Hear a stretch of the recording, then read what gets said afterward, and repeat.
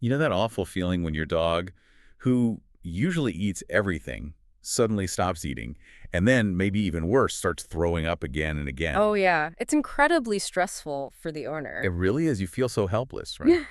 Going back and forth to the vet, trying this, trying that, and just, well, wishing you knew what was really going on. Imagine that going on for weeks. Hmm. This chronic cycle of sickness.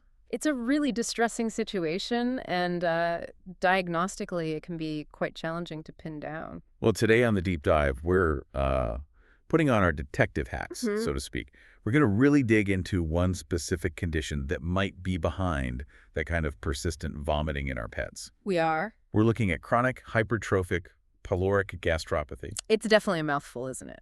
But basically, it's a condition where the the pylorus gets too narrow, Okay. which makes it really difficult for food to move into the small intestine where it should. We've been digging into a pretty detailed veterinary medical resource on this one, trying to get a really solid grasp of the mechanics, beyond just the obvious symptom like vomiting. Exactly. So our goal today is to give you, someone who, really cares about your pet's health, a much clearer picture of what this condition is all about.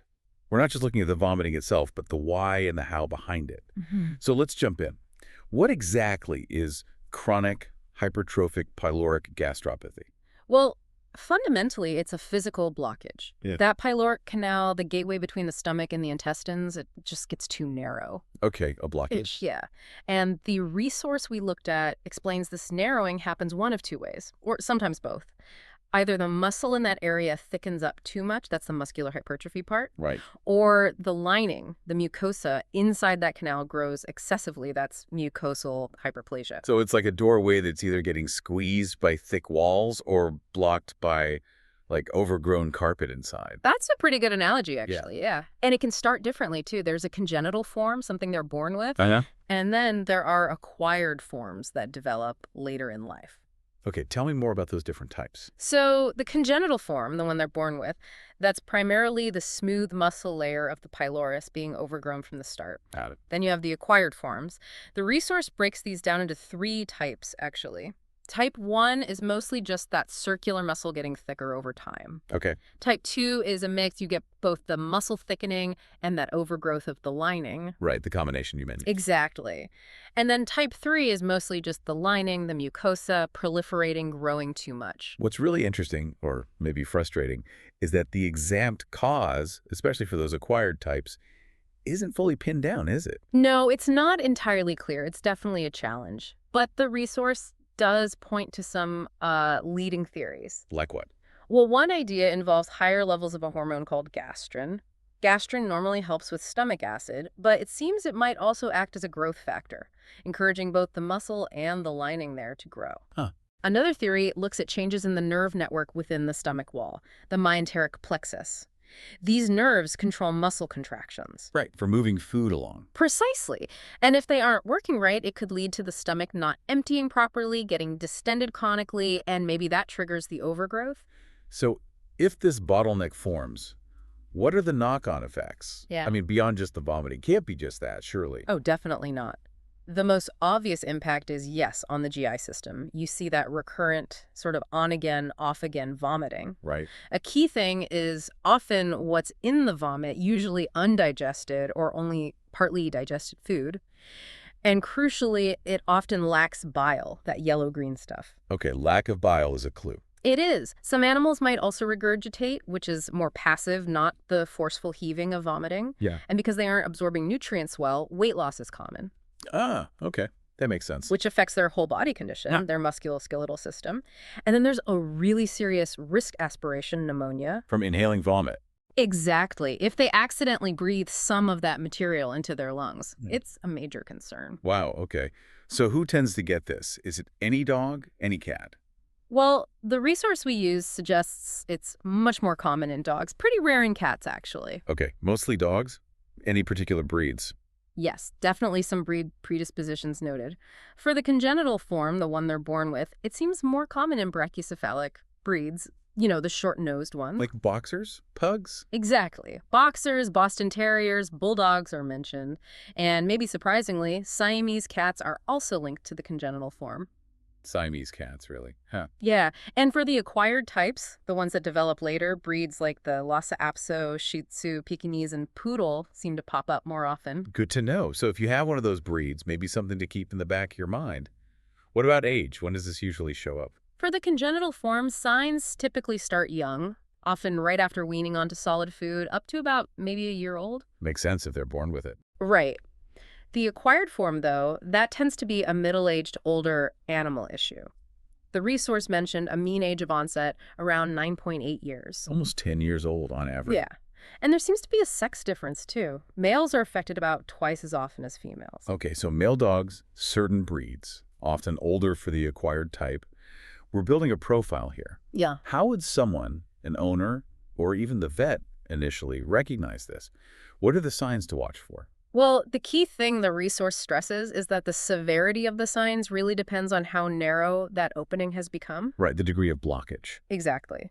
And interestingly, really forceful projectile vomiting isn't usually the classic sign here. People might expect that, but it's often not the case. In fact, early on, the animals might look surprisingly okay body condition-wise. Huh. The history the owner gives is super important. That chronic, intermittent vomiting, often hours after eating, the lack of bile we mentioned. Maybe the owner notices the vomiting is getting more frequent over time, and really frustratingly, it often doesn't respond well to the usual anti-nausea drugs or motility agents. The standard treatments aren't working. Often not.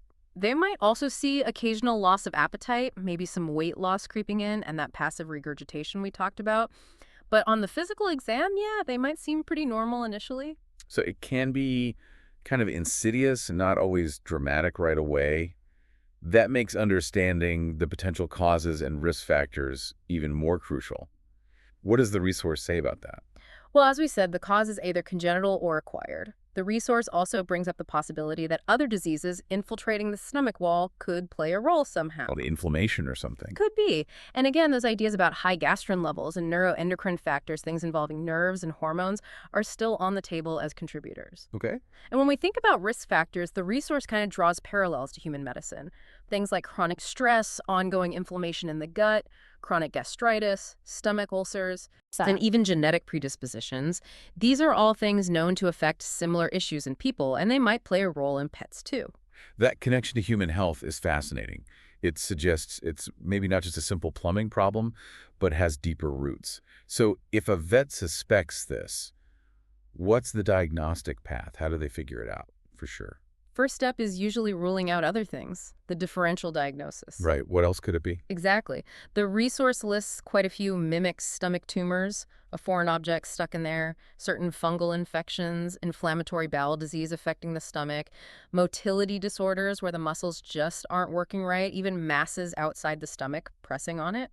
That's a lot of possibilities. How do they narrow it down? Blood tests, imaging. Yeah, both. Blood work like a CBC, chemistry panel, urinalysis can give clues, though the results can vary. Okay. But one really key pattern the resource highlights is something called hypochloremic metabolic alkalosis. Whoa, see that again. Hypochloremic metabolic alkalosis. It's a specific acid-base imbalance, low chloride, high bicarbonate. Seeing that pattern strongly suggests something is blocking the exit of the stomach. Okay, that's a big red flag then. It can be. They might also see other things like low potassium, maybe anemia if there are ulcers bleeding, or signs of dehydration like pre-renal azotemia. And then actually looking at the stomach, imaging must be key. Absolutely crucial. Regular x-rays might just show a normal or maybe a very full, distended stomach, not always specific. Right. But a barium contrast study where the animal swallows liquid contrast that shows up on x-ray that can be really revealing. How so? You might see what they call a beak sign. The barium squeezing through the narrow pylorus looks like a bird's beak. You might also see the barium just sitting in the stomach for hours, showing delayed emptying, or maybe filling defects or signs of wall thickening right at the pylorus. Okay, so the barium study gives a lot of info. It can. Fluoroscopy, which is like a moving x-ray, can show normal stomach contractions, but again, slow or no passage through the pylorus. And ultrasound is great too. What can ultrasound show? It allows them to actually measure the thickness of the stomach wall in the pyloric area, see if it's abnormally thick. So lots of ways to get a visual. And I guess endoscopy, looking inside with a camera, gives the most direct view. Exactly. Endoscopy lets the vet directly visualize the lining of the stomach and the pylorus, look for ulcers, inflammation, abnormal tissue, polyps, masses. And take samples? Critically, yes. They can take biopsies, tiny tissue samples during endoscopy. Those get sent off for histopathology. To the pathologist, and what do they look for under the microscope? So the pathologist is looking for confirmation. They might see those mucosal polyps we mentioned, or just diffuse thickening of the lining, definitely thickening of the pyloric wall overall. At the cellular level, they're looking for hypertrophy. Those muscle cells getting bigger, and hyperplasia, more mucosal cells and glands than normal. They might also see inflammatory cells mixed in there too, to varying degrees. Okay, so we've got the definition, the causes, who gets it, how it's diagnosed. Now, the really crucial part, treatment. How is this managed? First things first, stabilize the patient if needed, especially if they're dehydrated from vomiting. That means IV fluids to correct electrolytes and those acid-base problems. Like that hypochloremic alkalosis. Precisely. The resource mentions isotonic saline with extra potassium is often a good choice for that. And they also stress thinking about nutrition after surgery. In really severe cases, they might even place a feeding tube, like a jejunostomy tube, that bypasses the stomach temporarily. Get them stable, get nutrition sorted. Makes sense. What about things like diet changes or activity restriction before surgery? Yeah, those are supportive measures. Restricting heavy activity is usually recommended, and feeding a highly digestible, low-fat diet beforehand can help minimize stomach upset. But surgery is generally the definitive treatment for the physical blockage. Right. Which brings us to the surgical options. You mentioned client education is important here. Very important. Owners need to understand that surgery generally works really well, high success rate. But sometimes, if signs come back, a more aggressive or different surgical procedure might be needed later. Okay. So what are the main surgical approaches? It really depends on the specifics, how bad the blockage is, what tissues are involved. The resource lists a few common ones. There's pyloromyotomy, the Fredette-Ramstedt procedure. What does that involve? That's where they cut through the thickened muscle layer of the pylorus, but not the inner lining, to kind of spread it open and widen the channel. Okay. Then there's pyloroplasty, like the Heineke-Mikulich technique. That involves cutting through the pylorus and then sewing it back up differently to physically make the opening wider. Bit more involved. Yes. And in more severe cases, they might do a gastroduodenostomy called a Billroth 1 that actually connects the lower part of the stomach directly to the first part of the small intestine, the duodenum, bypassing the narrowed pylorus. Right. Or even a gastroduodenostomy, Billroth 2, connecting the stomach to a slightly lower part of the intestine, the jejunum. Those sound like pretty major procedures. What about medications? Do they have much of a role? Well, the resource is pretty clear that standard anti-vomiting drugs or motility enhancers usually aren't very effective because they don't fix the physical blockage. Right, the root cause. Exactly. However, things that reduce stomach acid, like H2 blockers or proton pump inhibitors, might give some symptomatic relief by reducing irritation. Okay, maybe help manage symptoms but not cure it. Correct. And there are things to avoid, too. Promotility drugs could be harmful if there's a complete blockage. And anticholinergic drugs, which slow the gut, are generally not recommended either. So surgery really seems like the key. What happens after the operation? What's the recovery and long-term prognosis like? Post-op monitoring is key, mainly watching for any recurrence of vomiting, which might mean the surgery needs revising. Okay. And there are potential complications, like with any surgery. The resource mentions recurrence, gastric ulcers forming, pancreatitis, bile duct issues, or problems with the incision healing. Standard surgical risks then. Pretty much. But the overall outlook, the prognosis with the right surgery, is actually very good. About 85% of dogs have good to excellent results, meaning the vomiting stops. That's a really high success rate. It is. The big caveat, though, is if the underlying cause turns out to be cancer, like gastric adenocarcinoma, then sadly, the prognosis is poor. Understood. So it's definitely serious, needs intervention, but for most dogs affected by the non-cancerous forms, surgery offers a really good chance of getting back to normal. That sums it up well. Key takeaways. It's a physical narrowing at the stomach exit, muscle or lining overgrowth, causes chronic vomiting, often without bile, more common in certain dog breeds and ages.